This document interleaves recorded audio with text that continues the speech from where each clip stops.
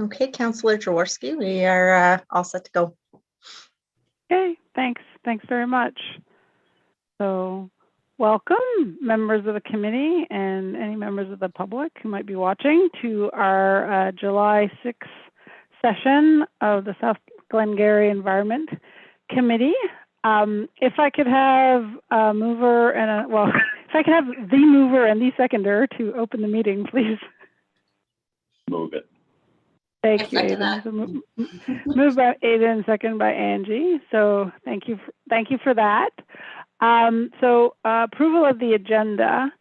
So Ms. Campo provided us with the agenda, and I know just because two of our members aren't here quite yet, we know they're coming, but they'll be a little bit late. We're suggesting that we invert items 5 and 6. Our presenter, Indra Maharjan from Aqua, has agreed to do his presentation on co-digestion a little bit later. Hopefully all the members will have joined by then, and then we could do the staffing update first. So is that amenable to you guys? That works for me. Good. Okay, perfect. So if one of you could move and the other could second to approve the agenda as amended. We'll switch. I'll move it, Aidan. I'll second it. Okay. Thank you very much. Okay. Approval of the minutes from our last meeting, which was June 1st, 2021. The minutes were in our package. Yeah, I didn't see an issue with them. Yeah, they're pretty straightforward, I think. Approve that. You'll move to approve. Thank you. I'll second. Thank you. Yeah, I'm not bothering voting because just a few. Okay, great. So then we'll move to the staffing update item.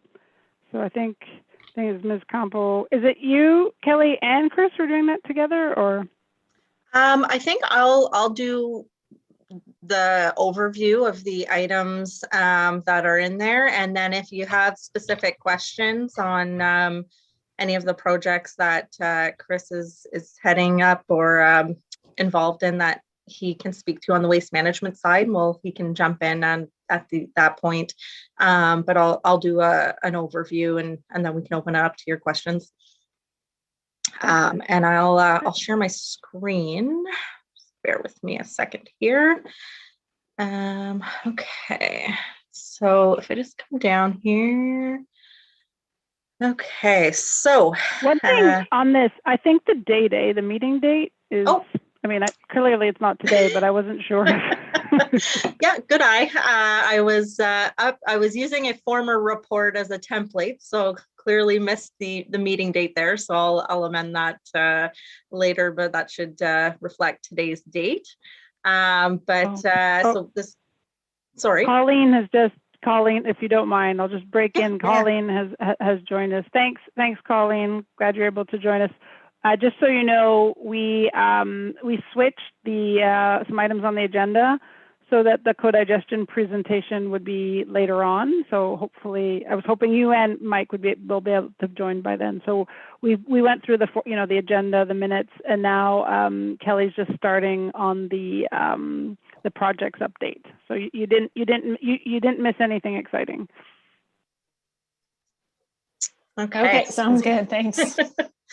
So I'll do a brief overview of some of the waste management projects that we currently have underway. I'm full disclosure, I kind of prepared this on the fly. Crystal's away unexpectedly, so I was filling in, and I'm sure she would have done a much more thorough report than I, because she's definitely involved in a lot of these projects, but I'll do my best to speak to them, and Chris can likely fill in some of the blanks if needed. So the first item on here is the food cycler program. which to date, it hasn't, the project itself hasn't quite launched, but the initial launch of the project has been very successful to date. We officially opened intake for the program on Thursday, June the 24th. And it will close tomorrow on the 7th of July. To date, as of yesterday, there were 146 submissions. As of about an hour ago, we were up to 149. So these are submissions from members of the community who want to participate in this program.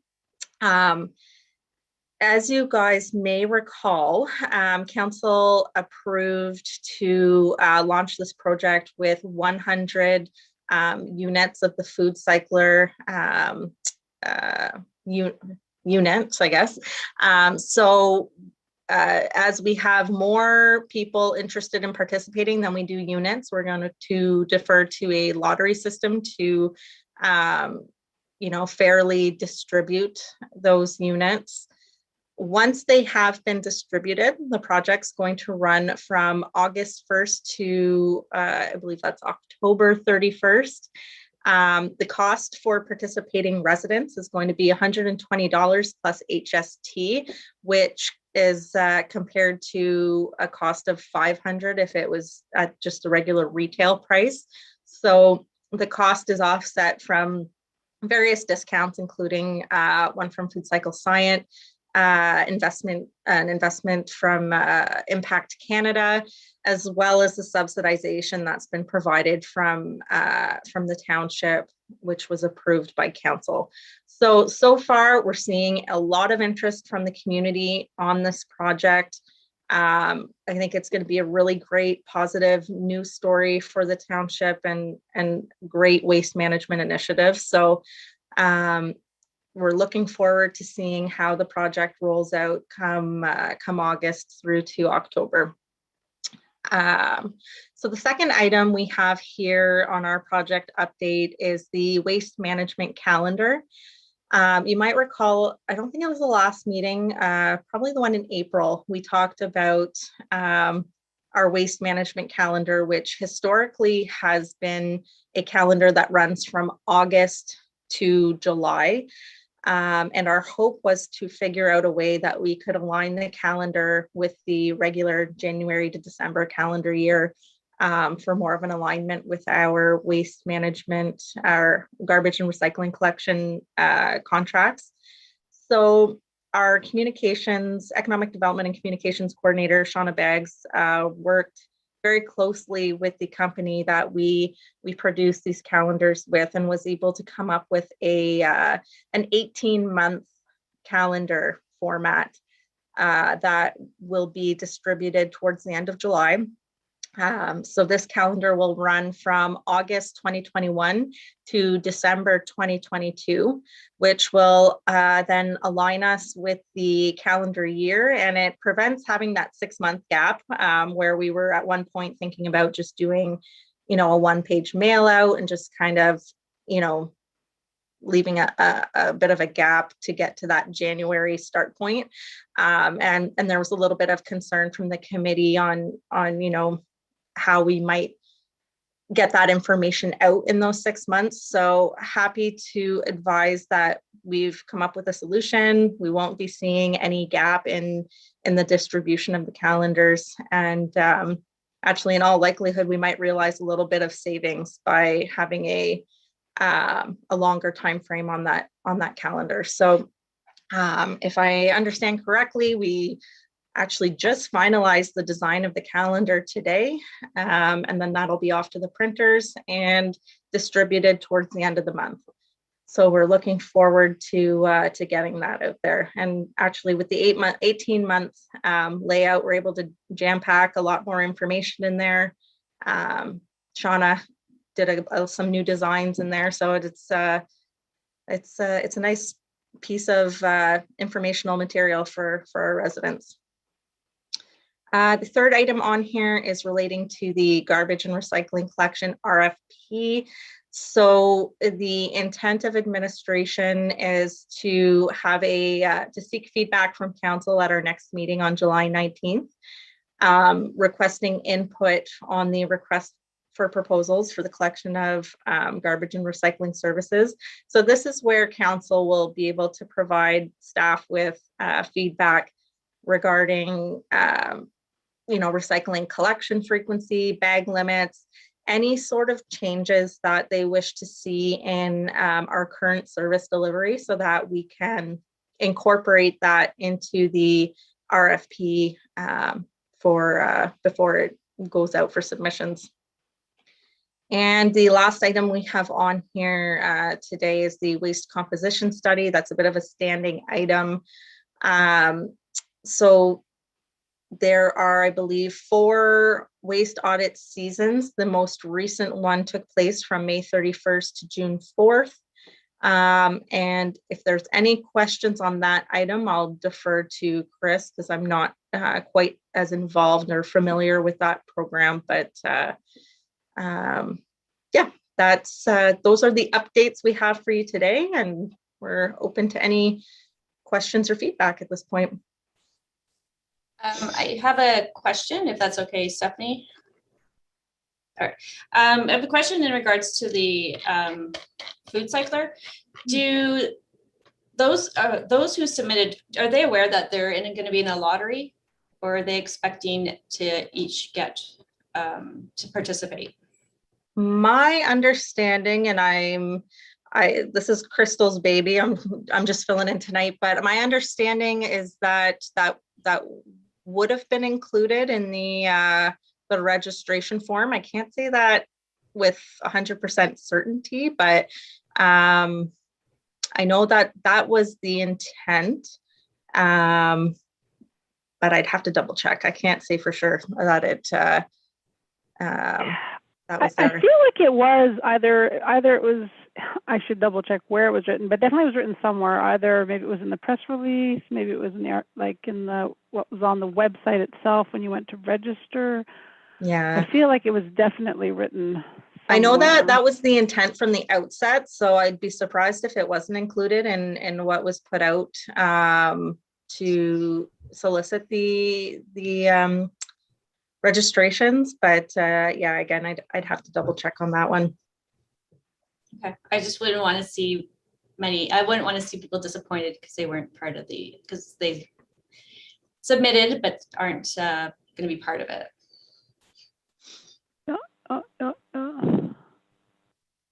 Okay. Is there going to be a follow-up, like to see how well it's going?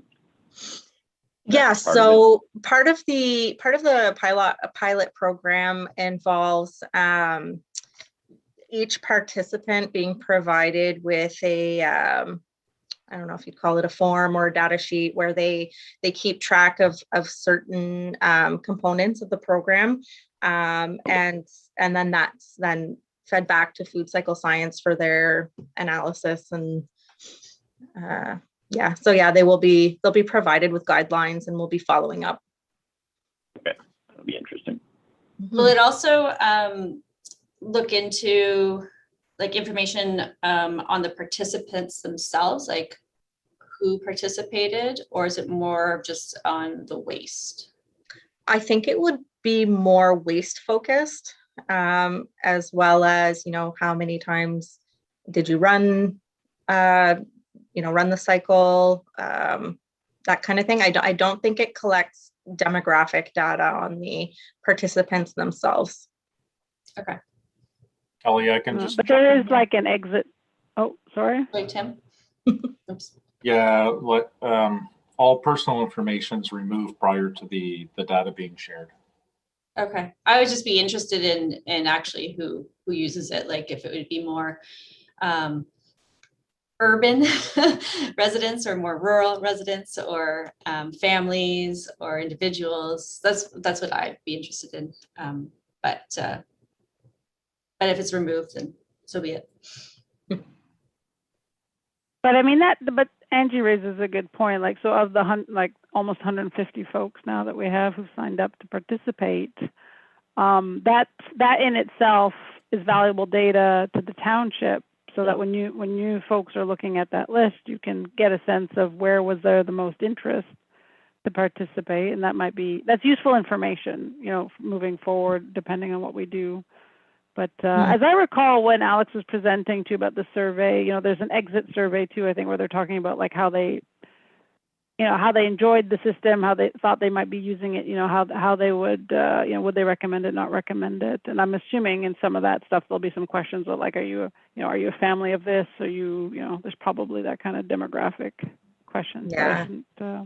For sure. And of course, any data that we do collect has to be compliant with the privacy legislation, and we do have responsibilities on that end as well to protect the privacy of our residents who choose to participate. So certainly, I don't know the exact questions that are asked, but participants, I believe when they register, there is a component on the registration form that you agree to participate in the data collection portion as well.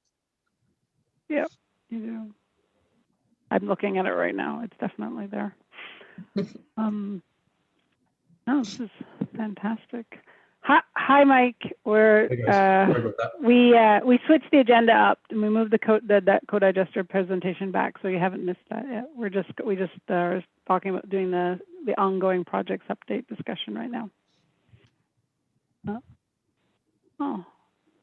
I have a question about the calendar. I'm just curious of who prints it. Sure. Bear with me a second because I do have that information somewhere. And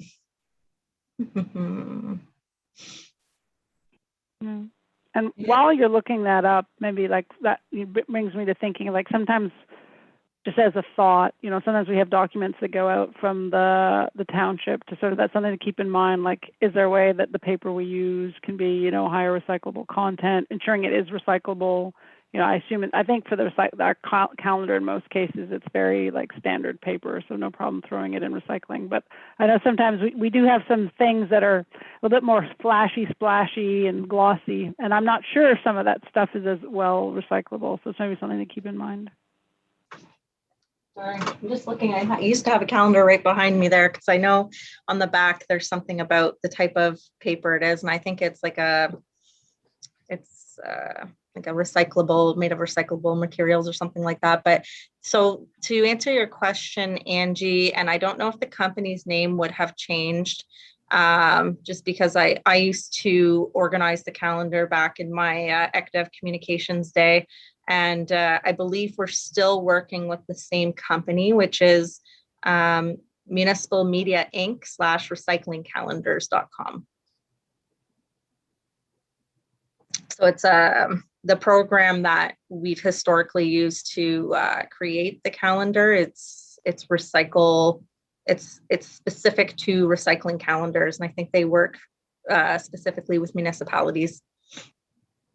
But yeah, I'm just overseeing this year. I'm not feet on the ground doing all of the hard work. I have to give all that credit to Shauna.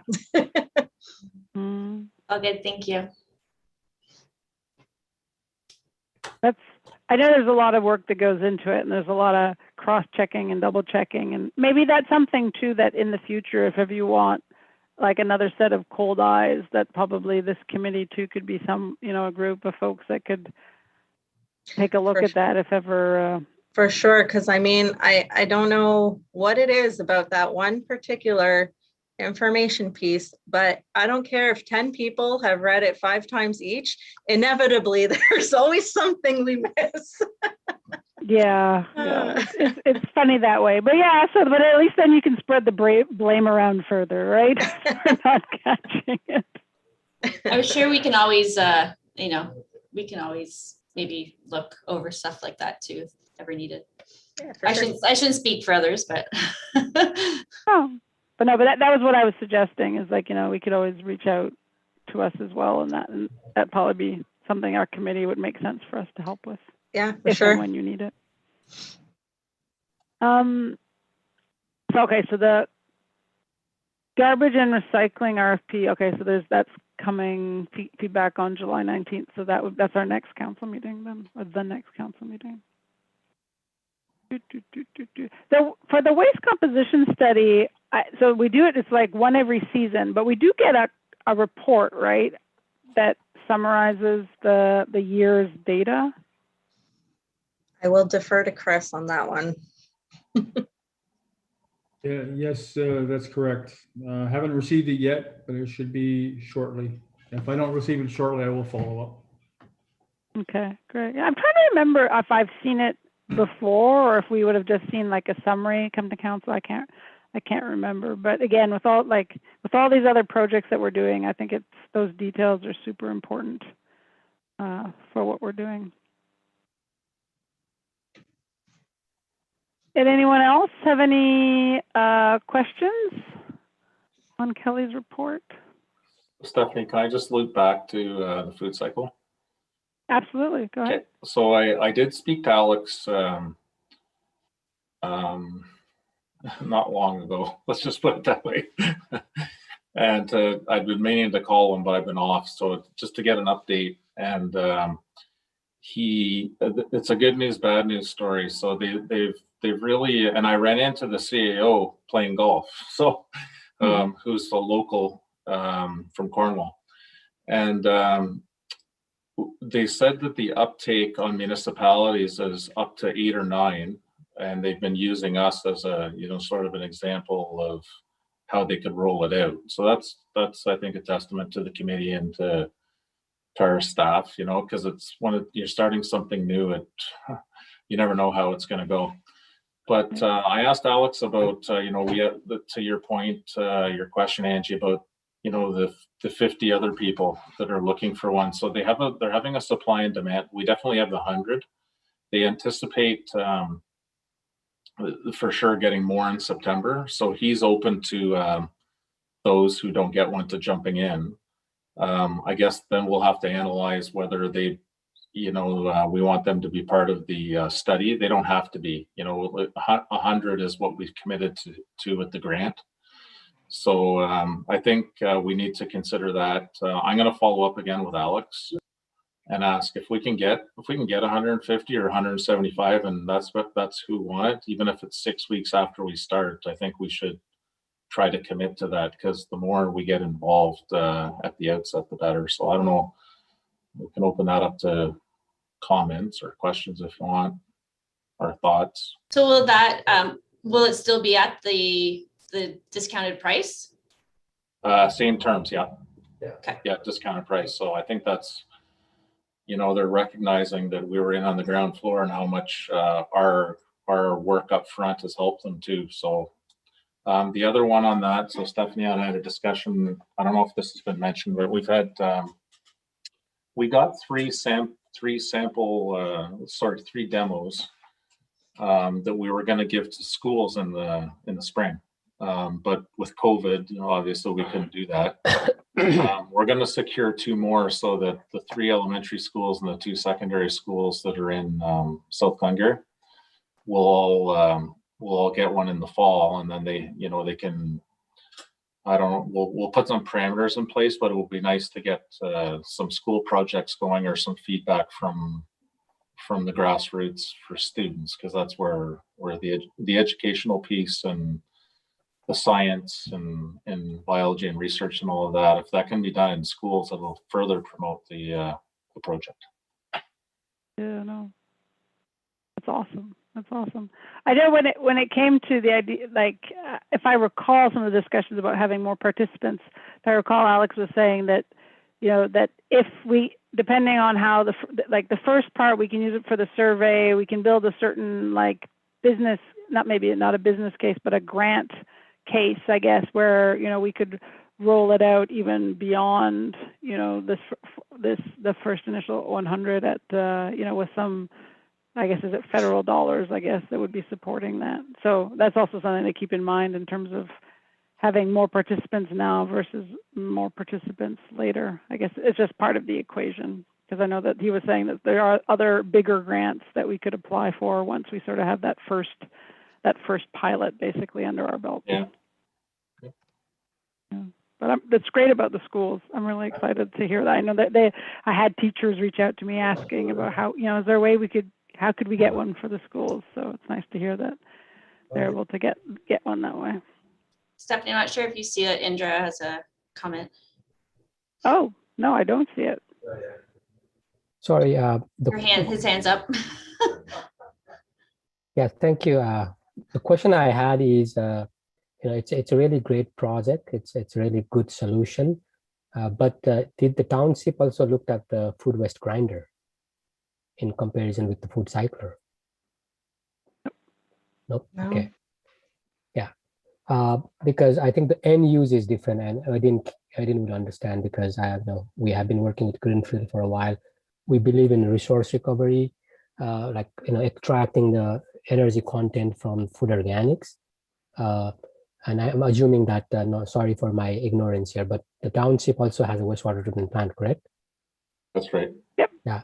So the food waste grinder is a similar solution, but the only difference is the end product, or the output, is basically, discharged into a sewer system and eventually goes to the wastewater treatment plant. So you don't need to manage that outcome or the output. And most of our collection system and the treatment plants are underutilized. So that's where the concept is. You just grind it, and it's most probably you guys have seen it.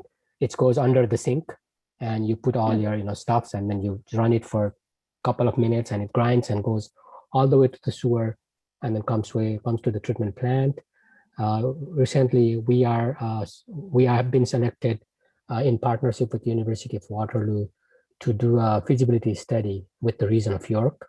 So region of York is basically testing these food waste grinders in the multi-residential building, where these appliances have been very much effective, because the senior living and the multi-res, it's very difficult to increase the diversion rate and promote separation of food versus other materials. So we have seen a very good implication. And from the terms of greenhouse gas reduction, the beneficial uses is much more valuable. So I was just curious that, how the decision was made, but I would be definitely happy to share the outcome of the study that York is carrying, and also keep myself updated on your outcome of this interesting project. No, that sounds really interesting. One thing to keep in mind, Indra, is the majority of our residents are not on a wastewater system. So, but it's good to know, it's good to know that there's something else, because we're very much, I think, looking at lots of options, or we're open to lots of options on how can we improve our waste diversion.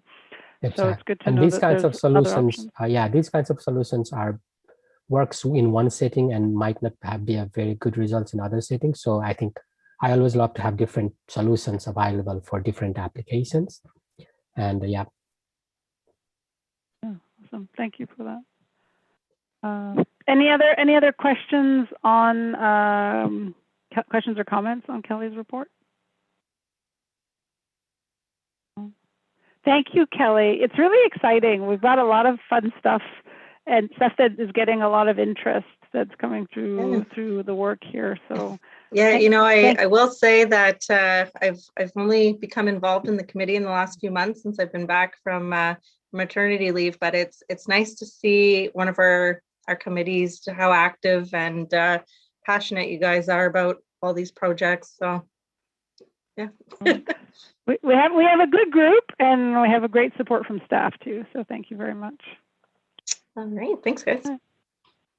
All right. So then maybe we could go to Indra's presentation. Yeah, thank you. Thank you very much for joining us. This has been a highly anticipated presentation. I know for members of our committee, we're very interested to hear more. Sorry, just checking if you can see my screen. Yeah, I see it clearly. Perfect. So yeah, for this opportunity, and I will try to meet the expectations and by answering all the questions you might have.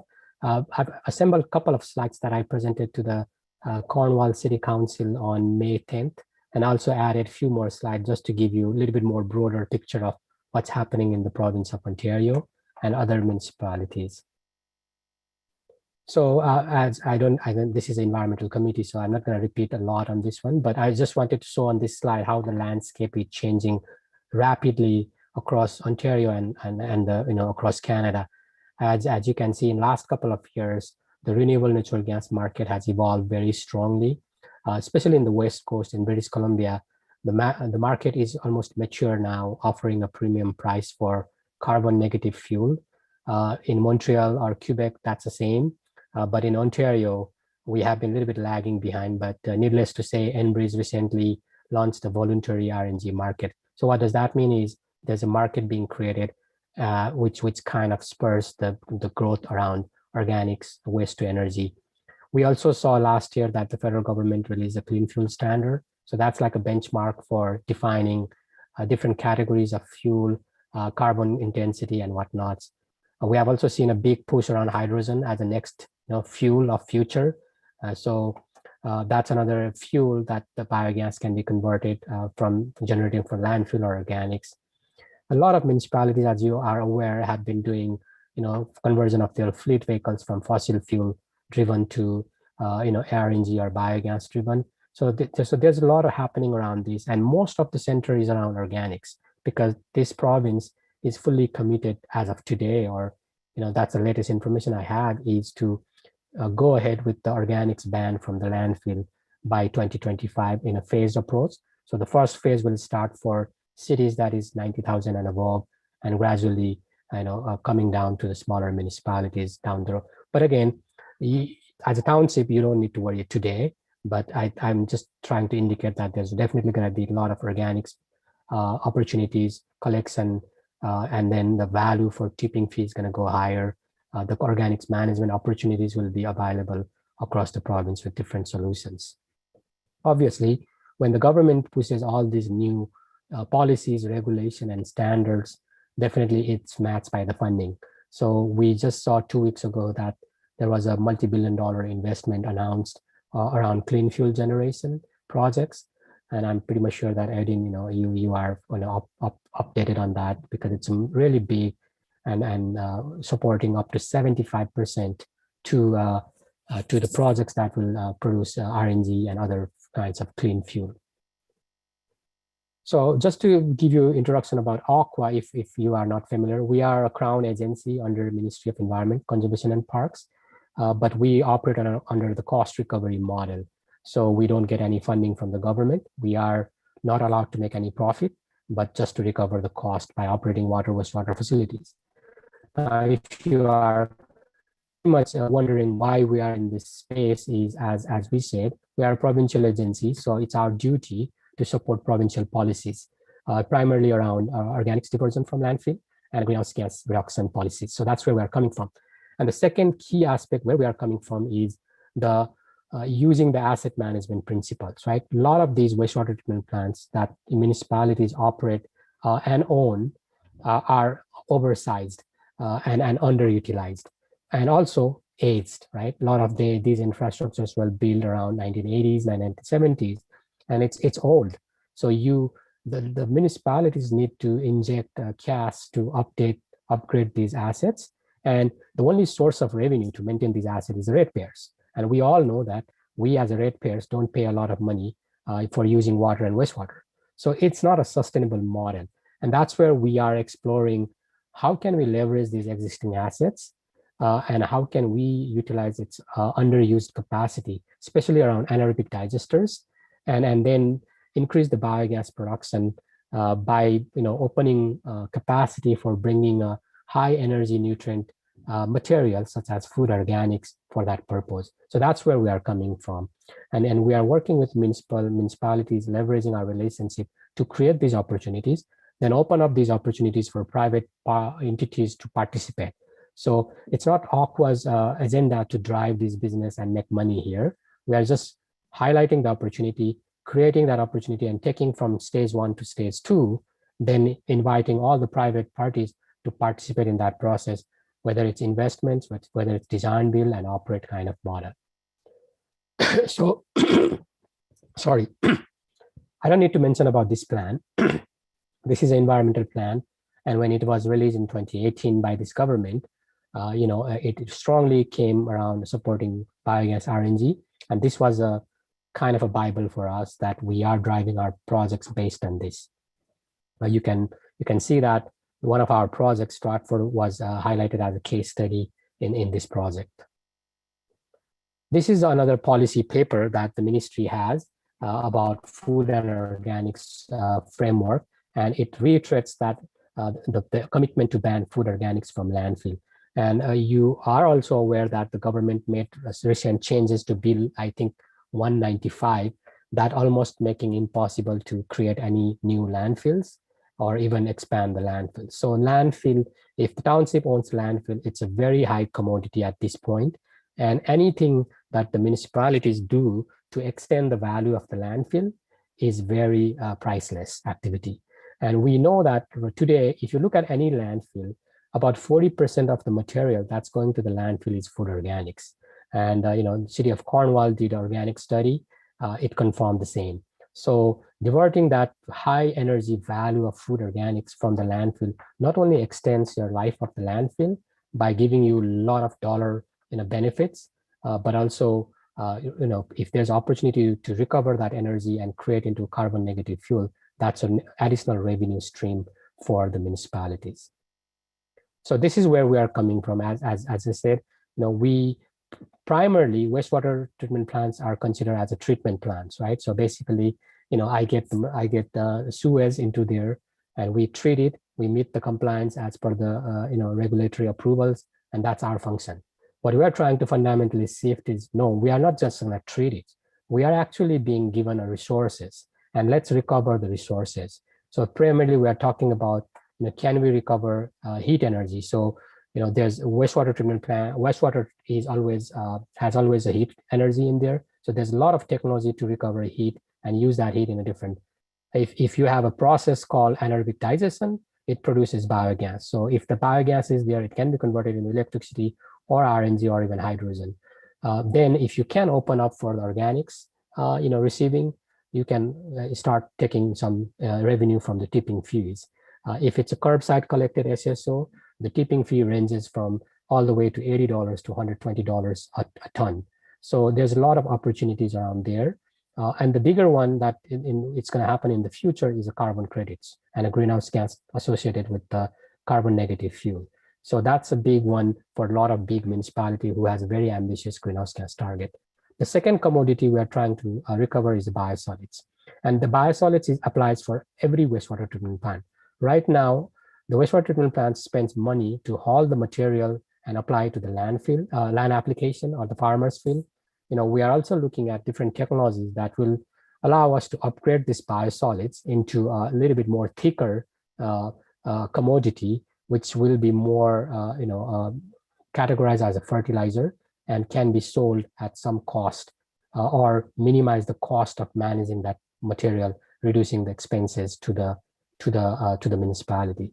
So water reuse is another aspect, which is very much not getting a lot of support in Ontario because we have a lot of water, right? We live in a freshwater bodies. But again, eventually, Region of York and some of the bigger municipalities are looking at how can we reuse the water that's being discharged to the river after the treatment process and apply that in different applications. So this is what we are looking is in traditionally, as you can see in any wastewater treatment plant with the anaerobic digester process, you consume a lot of energy than you produce. And if you basically do a lot of energy efficiency work and other optimization, you can maybe decrease your consumption, but you would never be able to achieve carbon neutral or energy neutral. But as soon as you bring in food waste and use these digesters to co-digest the food waste, in addition to the municipal sludge, that's where your energy production jumps, and achieving net positive or net zero is a reality in here. So, but just a word of caution is this can only be done in those wastewater treatment plants where it's already have anaerobic digester process, such as Cornwall wastewater treatment plant. There's about 68 of these treatment plants in Ontario. This is the map that we have created, we did a study with University of Waterloo for all the 68 anaerobic wastewater digester plants to see how much capacity of digesters they have underutilized and how much organics we can push into these digesters, hence creating different gas. So the color coding are basically related with how much gas production capacity or opportunities there are. So these are some of the reports. These reports are publicly available, and I can send you to the team if there's interest. So this is the report we did with the University of Waterloo, where the university team studied all the digesters and confirmed that, yes, these digesters are oversized, underutilized, and there's opportunity of co-digestion. Now, coming back to the project for Cornwall, the city has an ambitious zero carbon strategy. And as we were looking, the city was embarking on a couple of projects, up to almost $2.5 million investment to maintain the assets, to do some energy efficiency work, to do some regular retrofits to the digester. And that's where we said, can we look at the different approach and see we can open up additional revenue to maintain the assets and also achieving greenhouse gas reduction and energy targets. So that's how we started with that feasibility study, which we recently completed. So this is the Cornwall wastewater treatment plant. As you can see, it was built in 1968, and it was rated for 55,000 meter cube per day. It has two big digesters, which is operating around 68% capacity. And the whole principle here is not to create additional new infrastructure, but the material that's coming, the municipal sludge sits in the digesters for about 31 days today. And then after 31 days, they go through other processes. So with introduction of some minor new technologies, that material doesn't need to sit in digesters for 20 days. It can be reduced to 20 days. That's a minimum allowed by the ministry. So so first of all, these are only 68% used. So there's a capacity of about 38%, 32%. And then in other way, we are also pushing the material sooner than it needs to stay there. So that's how we are creating more capacity, not by building a new infrastructure, but by pushing the material faster, almost half of the days that they need to sit there, and then putting some new mixing and nozzles and other kind of that improves that mixing and triggers more, enhances the digestion process in these two tanks. So basically, and then what we are trying to do is that then we are trying to fill that freed up capacity by bringing in high energy content food organics into the plant. So you might be wondering why we are not just then feeding more municipal sludge, right? We could have done that, but the municipal sludge doesn't have a lot of energy content. But the whole idea is to leverage that existing capacity to produce more biogas. And then the city of Cornwall is also looking for SSO program down the road in next few years. And the study highlighted that there's about 3,500 tons that the city can generate on its own from the residential customers with the 50 to 55% diversion rate, if I'm correct here, just going by the memories. And to manage that, to put that curbside collection program, and then to put whether it's a composting or any other technology to manage that for organics, there's a lot of investments in that process. And so we just look at this option as, if the city is already generating that amount of organics, can we bring those organics, pre-process in the landfill, and then bring the liquid slurry into this wastewater treatment plant, and then use the existing infrastructure to make it work? And secondly, generate additional revenue for the plant so that there's self-sustaining model for the plant, and it's just not being run and maintained at the backbone of the ratepayers. And then the third is also to meet the city of Cornwall's climate change targets or greenhouse gas reduction targets. And that's where we are looking at this project. So, obviously, any feasibility study, I'm not going to stay on this slide, but we went through whole steps. I will provide the slides, which the committee members can review. We did a background site visit, technology review. We also canvassed our organics market. We also reached out to the township of South Glengarry on that process. We looked at the beneficial uses of biogas and biosolids, and the report was provided. So one of the key part of this process was stakeholder engagement. As you can see, we contacted different stakeholders to gauge the interest and the role they wanted to play on this project. And overwhelmingly, we respond really positive feedback from a lot of stakeholders about their interest in the project. So we look at 3 scenarios. Scenario 1 is to produce the electricity. So like you see the numbers here. So we look at the scenario, okay, can we just design this project just to handle the material, organic, that will be produced by the Cornwall? So we look at number, the volume was not too big. That's why there was no financial case to put the gas cleaning operating equipment. So we look at the energy intensity for this producing electricity from this scenario A. So basically bring organics from city, the cost that was calculated to invest is about $12 million, and then produce the electricity, biogas, and then reduce the greenhouse gas. There's only a few new structures that will be needed for this option. Scenario B is again combined similar option, but then we also looked at additional organics or from the ICI, institutional, commercial, and industrial customers within the city area, so that it's a little bit high energy content like fats, oil, and greases from restaurants, food waste from Walmart and grocery chains and hotels like that. So the electricity or the biogas will be a little bit more than before. As you can see, before we had 139 and a little bit more. So, but the greenhouse gas reduction is much more than the previous option. So these two are almost similar in the structures and need of infrastructure. The most aggressive one we looked at is this one. So we looked at how much organics can we bring in to exhaust the digestion capacity. Obviously, it's almost like 5 times more than what we were looking. So but obviously it needs more infrastructures, as you can see, but the gas volume is almost twice as we have calculated before. Hence, making it feasible to have this new gas cleaning equipment and then injecting a gas into an Enbridge natural gas pipeline. So this was the most ambitious one with the very expensive price tag, obviously. But if you compare all 3 scenarios, the payback is all around the same number, somewhere around under 15 years to start with. But again, this is just a technical scenario, but where are we going to get with 19,000? So for tomorrow, 5 years down the road, if Township of South Glengarry puts a curbside collection, Cornwall can receive your organics. The plan on this project is to put the pre-processing equipment in the landfill that the city owns, so that all the collected raw organics, curbside collected raw organics comes into the landfill. It will be pre-processed. It will be depackaged, separating contaminants and the food organics.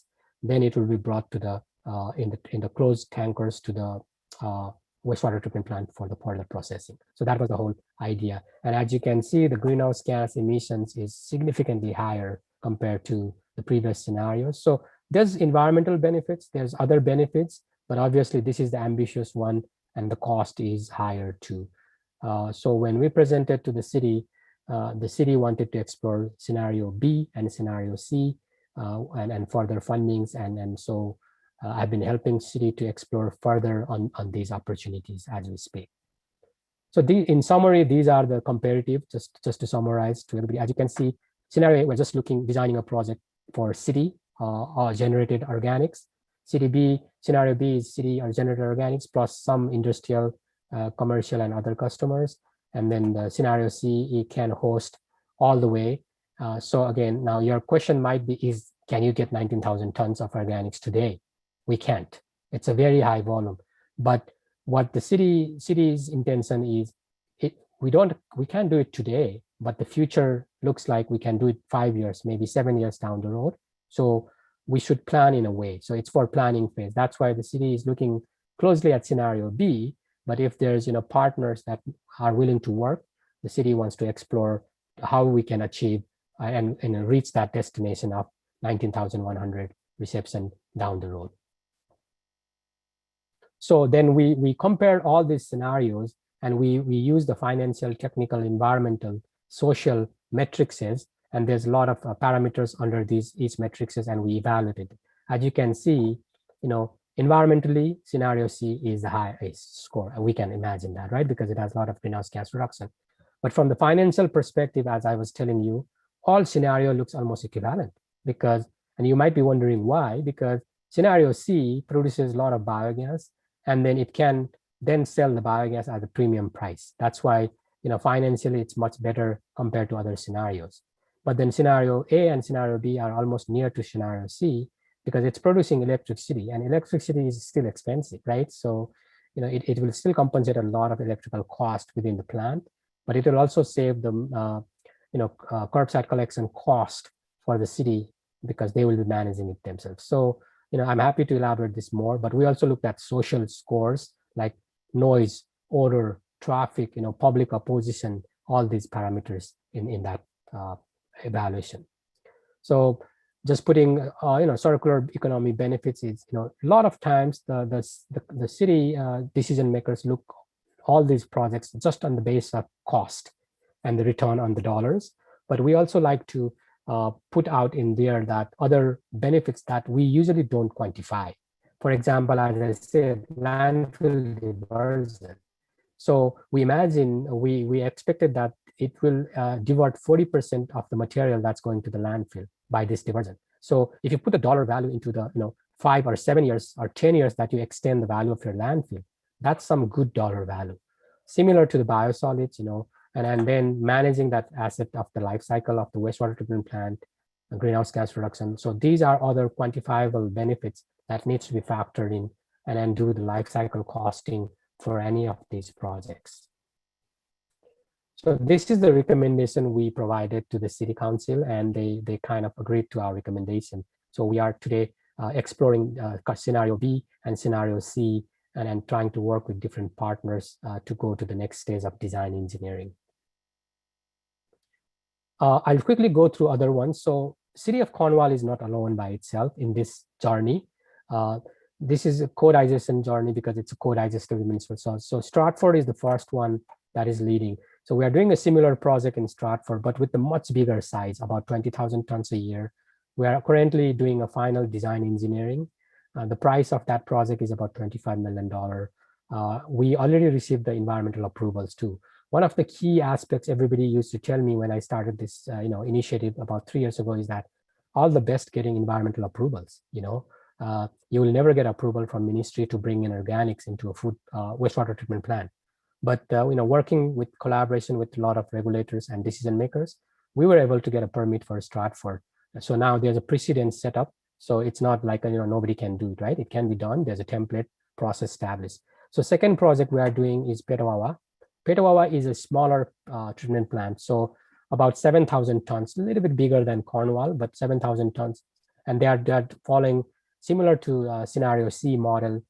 They are bringing in pre-processed material, and they will be producing electricity. Luckily, a town of Petawawa also has a Canadian garrison forces, which houses about 750 of our troops within a 2-kilometer distance from the plant.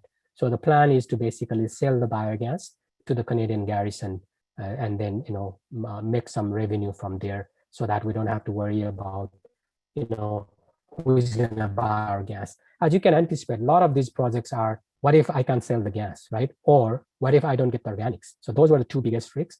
And that's why, as you see in the city of Cornwall, we look at how much you can generate, and then also where can we use the gas. So Belleville is looking at similar. They just finished the feasibility study on Timmins, and then the township of Georgianburg. So these are the 6 projects that Aqua is directly involved. In addition to these, there are about another 12 municipalities exploring similar. And then our strategy as being a public agency is, we truly believe that not all municipalities needs to have their own solution. There's no need for every small municipalities to spend millions of dollars trying to find their own solution. I think we always promote working on a regional collaboration, and then leveraging these infrastructures that your neighbors might have or you might have, and offering that as a regional solution, because then economies of scale comes into the play, right? And then a sharing of the resources, and then these projects are very expensive. So there's no point designing a dedicated solution for each of these municipalities. And that's where, as you can see, the geographic distribution is to some interesting perspective here. Is Belleville can all the way take to Toronto material if they want. Toronto has a lot of organics, as you can imagine, but it's also near to the Kingston.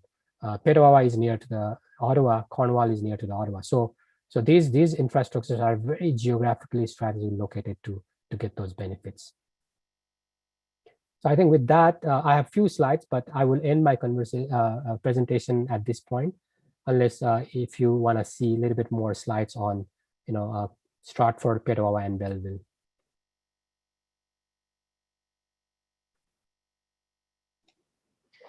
I mean, I'd be curious to hear maybe one of them, if Okay. if you don't mind. Or I saw Mike put his hand up. Did you have a question, Mike?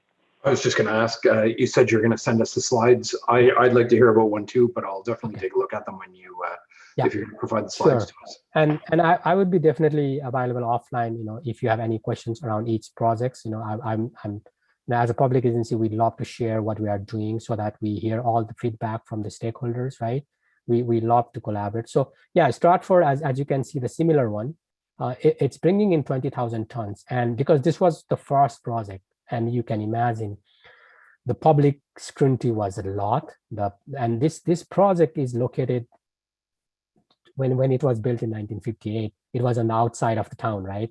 But then a lot of expensive buildings or housing were developed near to the plant. So when we started this project, a lot of residents were very opposed to this project. Oh, so you're going to bring in 6 additional trucks a day, and then it's going to smell, it's going to be noisy, truck traffic. So we got a lot of opposition from the public, and we went through a 1-year-long public consultation process. Although I would like to mention that the public consultation was not mandatory from the regulatory perspective, but the city decided to do it voluntary so that we can get a buy-in and we can have information sessions with them in a public, because we believe as Aqua we don't want to do a project and then get a big opposition and newspaper and media eroding our public image, right? So we decided to.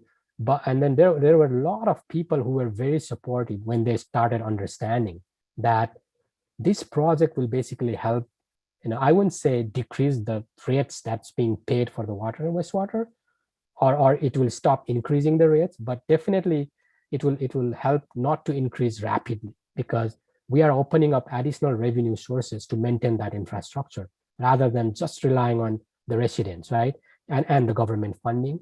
And then the benefits of that, like greenhouse gas emission and other managing, treating your own organics within your own city. So those kind of concepts really sold a lot of public. And then after 2 information sessions, a lot of public came around to support this project. Obviously, we know that not everybody will support anything. Some people will never support anything. But yeah, we went through a 1-year-long process. So this project is a little bit different because the plan here is to bring in the raw organics directly to the treatment plant. So as you can see, that's why there's a new reception building, which is about a price tag of $3.8 million. So the idea is the trucks is going to come, the same trucks that collects the curbside green bin program will come directly to the plants. And then, there's a tipping floor in this building. It will dump the organics. There's a depackager and a pre-processing equipment in this building. They will separate the plastics and packages, foods and whatnots, and separate the food. Then it will be stored into the liquid storage tank and then directly injected to the digester tanks. And then all these digester tanks are hooked up to the gas collection line, and all this gas will be collected and then treated with the gas cleaning and upgrading equipment. Then it will be injected into a gas line to the end bridge. So the city already have a deal with the utility in British Columbia to sell this gas for 20 years at the price of about $25. So the payback, you won't imagine that it's about 12 years payback with the most conservative estimates.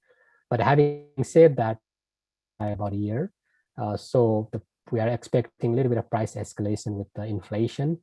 But yeah, so, the key driver, how we started this project is even more interesting.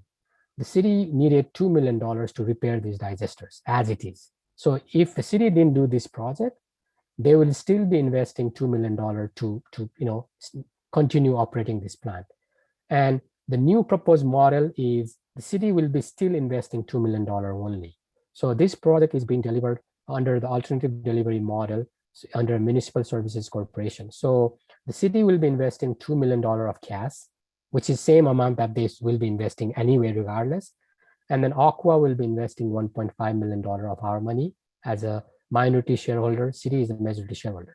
And then we will be procuring technology from Suez for all these enhanced digestion process. And then we made Suez invest in this technology project too. So the Suez will be investing another $2 million in this project and then it will be all invested based on the performance guarantees and warranties. So a lot of times when we have a new technologies, we always worry about what if it doesn't work, because as a public people, we always have to minimize the risks towards the public entity, right? So we are also working with Enbridge now, which is previously it was in Union Gas, but Enbridge, they are willing to invest on that gas equipment upgrade. So we are finalizing that deal. And we also received a $5 million grant from the provincial funding agency under the previous government, which is no longer available. So total is $10 million $5 million between three parties.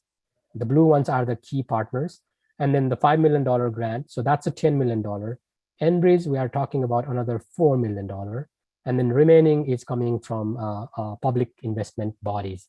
We have been almost finalizing conversation with Infrastructure Ontario and few of the public investment bodies, and they will be investing. So ministry is a close partner, and we already received approval on this one. Organics now.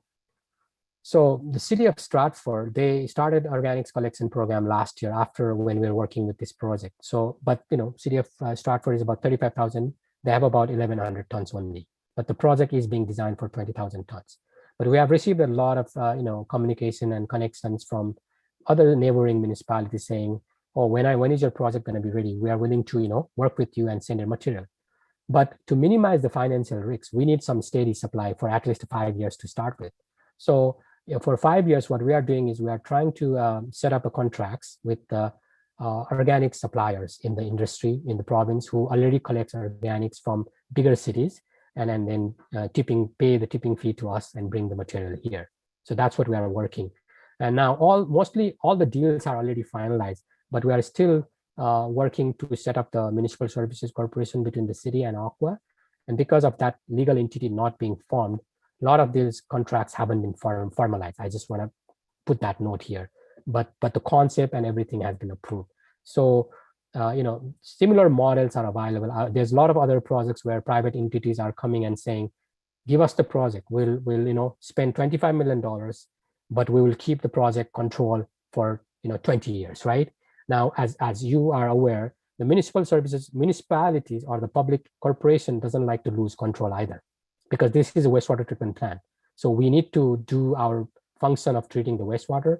So there's no way that we can release 100% control. So that's why it's always a discussion between how much money we can get from private investors and private parties, and how much control we want to keep in the facility.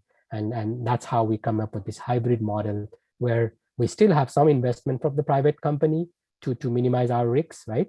But we also retain the control of the facility and the operations. So this is the Stratford, and Petawawa, as I said, is smaller plant, with the small digesters, but we'll be using a similar model. We haven't finalized which model we're going to be. We already have a technology provider and a private partner that is willing to spend up to $7 million of their own money to help us with the project. The Petawawa project is about $9 million in cost. We already received a $3 million grant from federal government.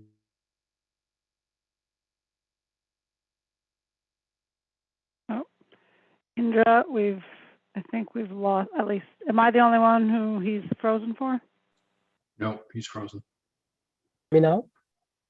Oh, there you go. You're back now. Okay, sorry. Momentarily. Yeah, so in this project also we got funding. So I think the point I was trying to make is a lot of these fundings are eligible for government fundings, grant fundings, and that's a key driver for these fundings. Similar with Belleville is doing the same thing, but it's just finished the feasibility stage. Petawawa, we are doing the 30% design stage today. Stratford, as I said, we are almost to the construction stage now. And Georgian Bluff is another, a very small facility, but this is what happens, right? And that's kind of discourages a lot of municipalities. So this facility is co-owned by Township of Georgian Bluffs and a Township of Chatfords. 10 years ago, they decided, they teamed up, they created a joint board and built this facility to manage the organics food waste. and then it has a lagoon as a wastewater treatment system in the back end. But what happened is it was designed in such a way that the organics market changed. The materials we receive in the green bin expanded, but this facility can't take all of that because of the technical constraint. So now the market is evolving, but the facility has bottlenecks. So we are trying to open up some of those constraints in this facility to make it work. So the facility already have a FIT contract. That means it can sell electricity to the ISO, and the revenue stream is already open. But the facility is not even producing 40% of what it can or should, because it can't take a whole bunch of material. You know, it can't take this, it can't take that. You know, so but and then we are like, really, we should invest some money and open up this.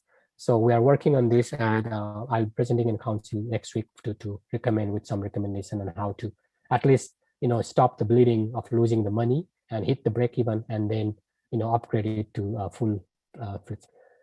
Yeah, and the last one is Jimin. So just to summarize, as I said, we are not trying to develop something as a money-making machine. What we are trying to do here is basically utilize our existing assets and create that opportunity to bring in organics. As I said, again, create some additional revenue, but not to make like millions of dollars, but become self-sustainable. And then in due course, what we are doing is we are adopting innovative technology, like fostering innovation. We are mitigating greenhouse gas reduction and by achieving net zero, and basically promoting sustainable use of biosolids, right? Like fertilizers. So a couple of environmental goals, obviously financial goals and innovation. And the key, as I said, is how to make wastewater systems sustainable and release that pressure of financial burden. Thanks. Thank you. Sorry, there's a lot of information in here. Yeah. So it's I was going to start with a question about Georgian Bluffs if you weren't going to talk about it, because Georgian Bluffs is even smaller in terms of population than South Bangor. So that's correct. Yeah, very small. As you can see, Councillor, that the days here is like 47 days. So this is the key parameter in all of this facility is most of the facilities keep the material in these digesters for like 30 days, 32 days.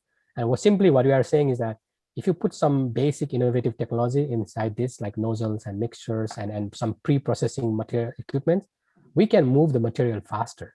So, I sometimes give that example of rush hour traffic, right? If we have big buses and we can move people faster and frequent, buses coming in, then the bus stops will not be crowded. So it's just the throughput efficiency. And you are right. It's a very small community, but what we are looking is they have a Owen Sound, which you are aware. Owen Sound is a bigger one up in that area. And the county is overall, the county, the participating municipalities in the county are collectively discussing about, organics program. So as I said, if we always look at this solution as, okay, this is City of Cornwall facility, and it only needs to offer a solution to one city, forget about it. It's not going to make any sense to spend any money in there. We always going to lose money. It's always going to be losing game. So that's why we are saying there's only a few of these facilities in the province. So the solutions should be available for all of them so that everybody shares the cost as their need. And then the economies of scale comes into the play, right? I mean, that's where we are even like Aqua, we are even proposing biosolids solution around the same concept. What we are seeing in the province is, a lot of these smaller, medium municipalities are investing millions of dollars in buying biosolids management technology to manage their own biosolids, which is a very less in volume. But then if you add 10 municipalities together, then it's some bigger volume, and then the solutions become affordable and cheaper and manageable. And that's where, as a public agency, we always promote, let's look at the regional collaboration. And then the private partners are very interested in these kinds of solutions. But we know that the price of the solution doesn't go linear. There's no linear relationship between price and the size of the project, right? As long as it hits one point, then the price becomes affordable. But anything below that, it's not affordable. And that's where we are trying to hit.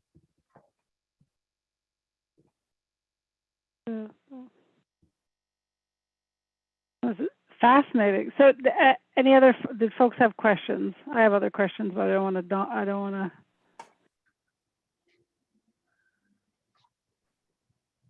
Just Thanks, Mike. a comment, really not I'll just be very interested to see all of these really go on in your process and how the uptake is. Something I've been looking at for years, just different levels, and I mean, to my mind, a fantastic way to go. Smart solution to a lot of issues that we've got. Yeah, and thanks, Mike.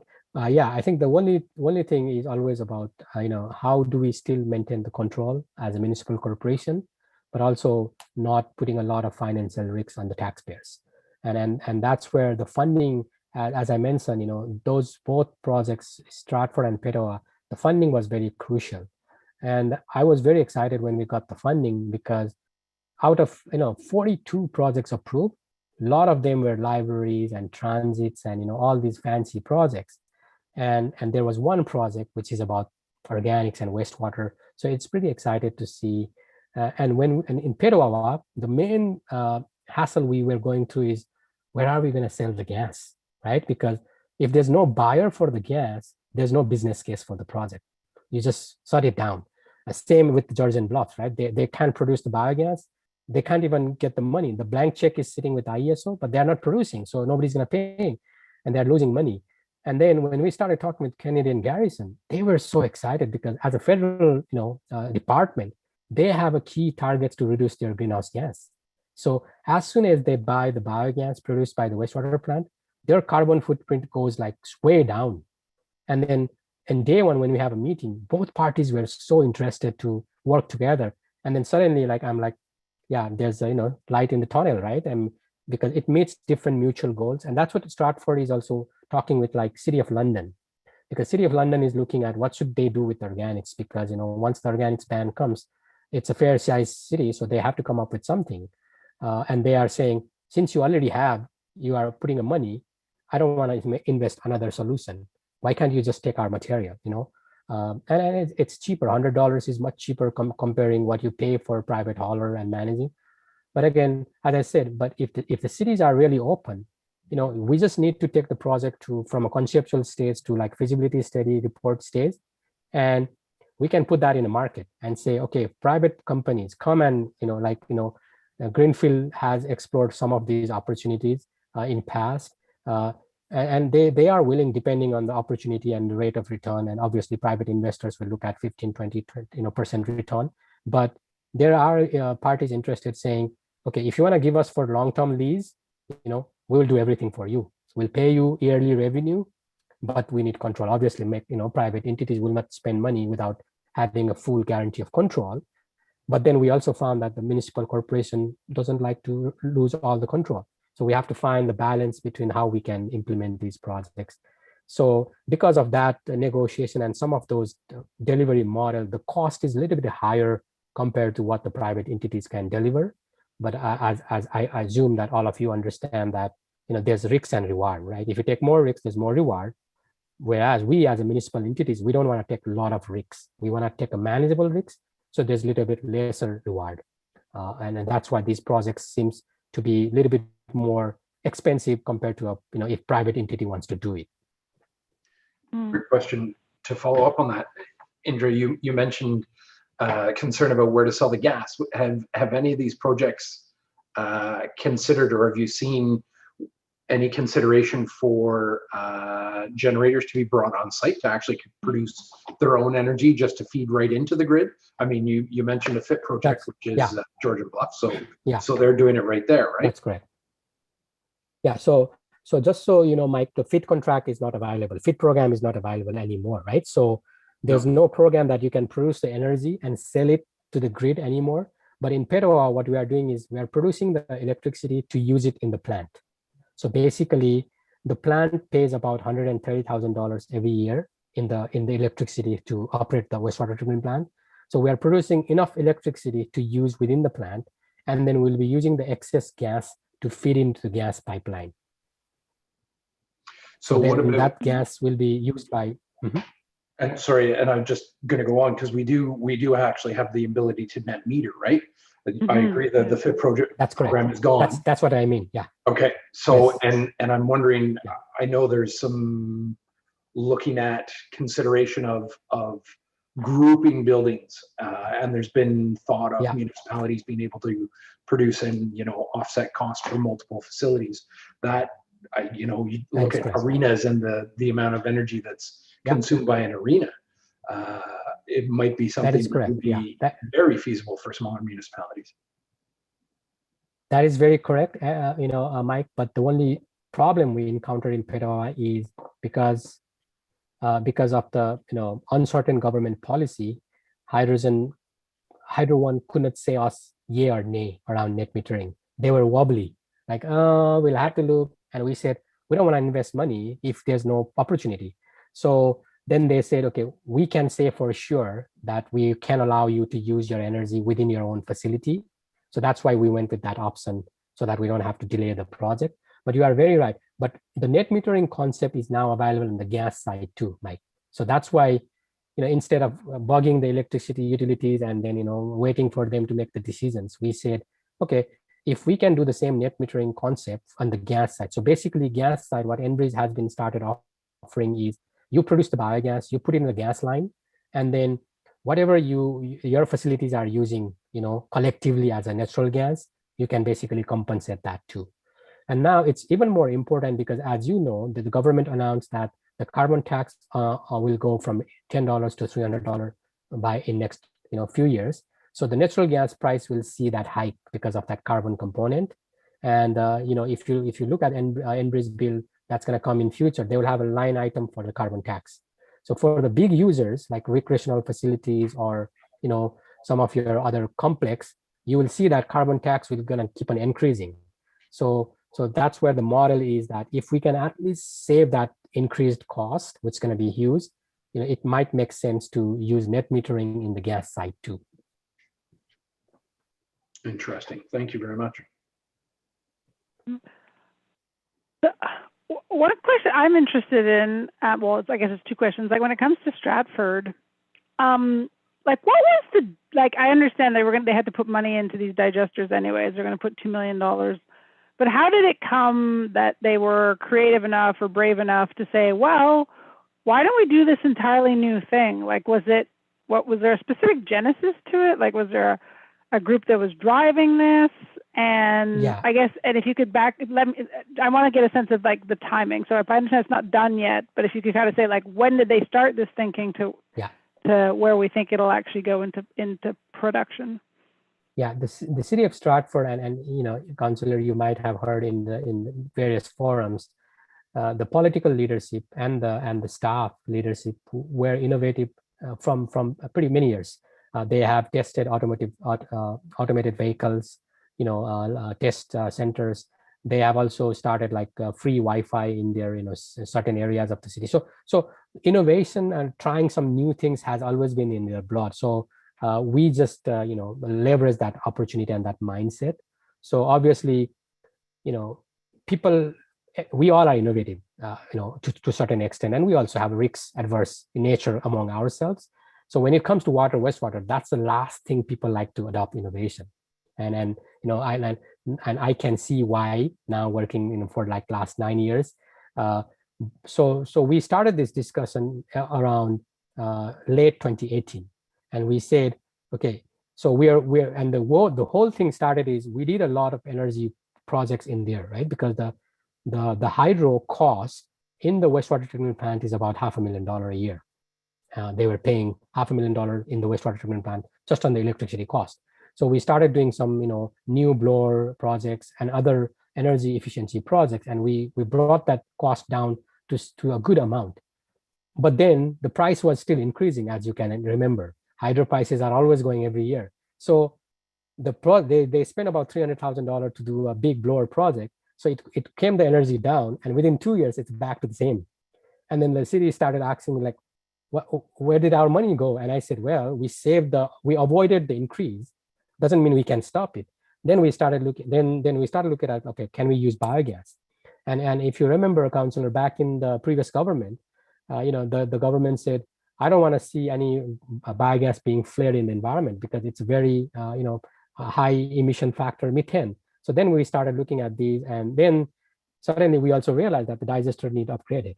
So we went with that proposal saying, here's the $2 million you need to spend on the digesters, and that's a money in the sand. But if you look at this opportunity here, then you might be able to actually get a whole big value for the money, and also minimize the sole income, like sole source income model and multiple revenue models, right? And that's where we started. So 2018, then early 2019, I got approval to, okay, if you can get some funding, then we'll seriously think about it. So then we went and applied for a funding, we got the funding, and then we went back to the council and say, can we do some engineering exercise so that we can come up with the full business case? So we, in city of Cornwall, in Petawai, in all the projects we are doing, we didn't go to the council and say, hey, council, I have this great idea. It's going to cost you $30 million. Give me approval. We didn't go with that. We went with the phased stage.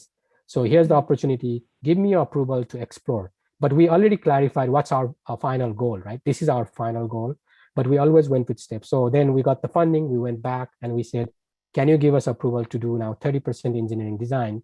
We'll put all the numbers together. We'll bring the partner in, and it's going to cost you this much. So stage-wide. Okay. And then recently, then we got the environmental permits. Then we got the gas offtake, agreements. Then we proved that there's organics available and whatnot. But again, the market is changing as we move along too, right? So there's always a question about, okay, have you considered this? Have you considered that? And then suddenly COVID happened. So otherwise, our project would have been completed by this year. So long story short, Councillor, the whole time from the idea conception to the approval, like a formal approval of the project, took about a year. Then another year for about approvals and all these putting pieces together, and also continuing with the design engineering stage.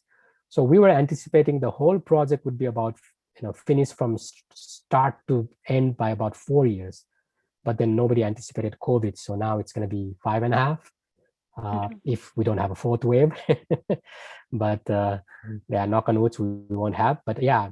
So but again, the good thing is when we started, there were a lot of uncertainties, right? We were not even sure. Then the election happened, as you know, big uncertainty. We didn't even knew what the environmental policy going to be for this government, because they never have an election platform, right? So there were a lot of uncertainties. There were some setbacks too. But again, the organics market is the one good thing that always kept on heading to a right direction. As you can see, even now, there's a lot of new municipalities starting curbside collection program. There's new big municipalities starting to look at, okay, I don't want to send my organics to the landfill. I want to send it to anaerobic digester facility. So the risks around, okay, will we have enough material is now obsolete. There's more material. It's about how much money can we get by tipping fee, and some sorts. Now on the RNG side, it's the same thing. The market, unfortunately, Ontario is still way behind, but Quebec and BC has a good market, and just recently the British Columbia government increased the RNG purchase percentage from 5 to 15%. So they had a regulation, clean fuel standard regulation, that allows the BC utility to buy 5% of the natural gas consumption to be a renewable natural gas. And recently they passed it and increased it to 15%. What does that mean is now they can buy more from additional projects. So the market is always there. And then you can also, you also know that there's a lot of other bigger municipalities trying to convert the public vehicles or public transit vehicles from fossil fuel to medium-term electrifying, but now into a CNG vehicle. Hamilton just recently did it. I heard Ottawa and other municipalities are also exploring that. So what I'm trying to say is the demand for gas is also increasing on the other side. And then the organics availability is also being increased. Thank you. Thank you. Wow. So this is really fascinating. A lot to digest. Yeah. Not bad pun in this case, I guess. No, there's a lot. And I think when the city of Cornwall, implements or goes ahead with these, I think that the first benefit will be trickle down to your township of South Glengarry, because it's near there, and I think it will be a good use of to work collaboratively with the city and work together. I think the city is looking forward to work together too, and get and find a home for your organics down the road. Well, it definitely sounds like that's the path to success for these projects, right? Like you were saying, it's on a regional basis that the economics make sense, and so it's only by working together that we can make these projects make sense. I think it sounds really, really interesting, really, really exciting, and I mean certainly we have part of the population of South Glengarry. We do have like a population center pocket there in Glen Walter that is also very close, right beside the treatment facility as well. So I mean. Depending, I mean, there's lots of different variables, but I look forward. I hope that this is a discussion that keeps going. Definitely. Yeah, and yeah, Angie can bring in regular updates on the project as we progress.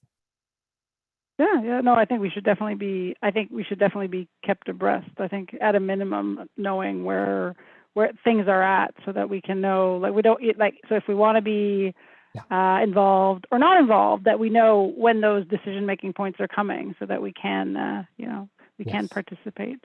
I think that's, and be informed, be able to make informed decisions. So, thank you. Yeah, and I think it definitely makes sense, when the township is doing a long-term planning, to kind of keep updated on this project and see how it can be aligned, right? Yeah, absolutely. And so it's great that, we also have members of our staff. I mean, our CAO is sure still listening in, and our roads and waste director also is listening in. So this is really a fantastic opportunity for us to get this information. So thank you again. Thank you again for coming. I don't know if anyone else had any other questions. But yeah, no, thanks. Thank you again. We really, really appreciate it. Tim, thank you, Andrea. It was a great presentation, and we'd love to get all the information from you. Absolutely. Yeah. Thanks. Thank you. Thanks for inviting me, and yeah, I look forward. As I said, I will make myself available if there's any technical questions around different. And if the committee is interested on that food waste grinder, I'm happy to set up a technical session with the interested people. As I said, being Aqua as a public agency, we are very technology agnostic, and we like to have a lot of solutions at our disposal, not knowing where something can be applied, right? And we are very open and sharing that information with anybody that comes along.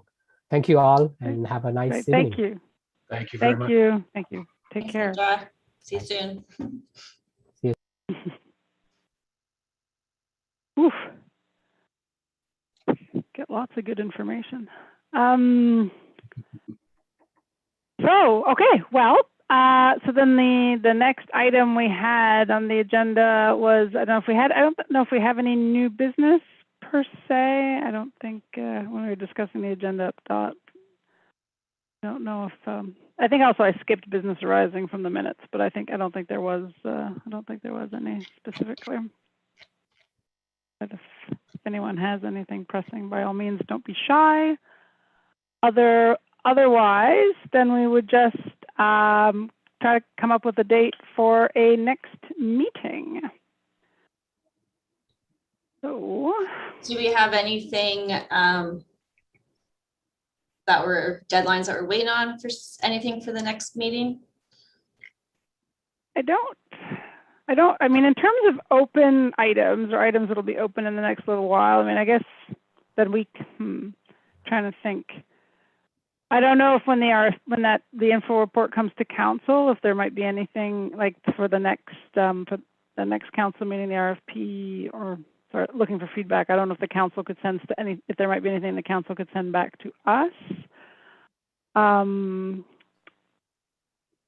Or if we're lining up with the food cycler program. I don't know if there's anything in that process that we would want to line up. Kelly, were you going to say something? Yeah, so just on that, so like we mentioned earlier in the meeting, the intent is for administration to bring an info report to council at the next meeting on the 19th regarding the RFP. So at that time, and Councillor Jaworski is the representative for this committee from council, when council has that discussion, they may provide some input to staff, and that's also an opportunity where they might solicit feedback from the committee.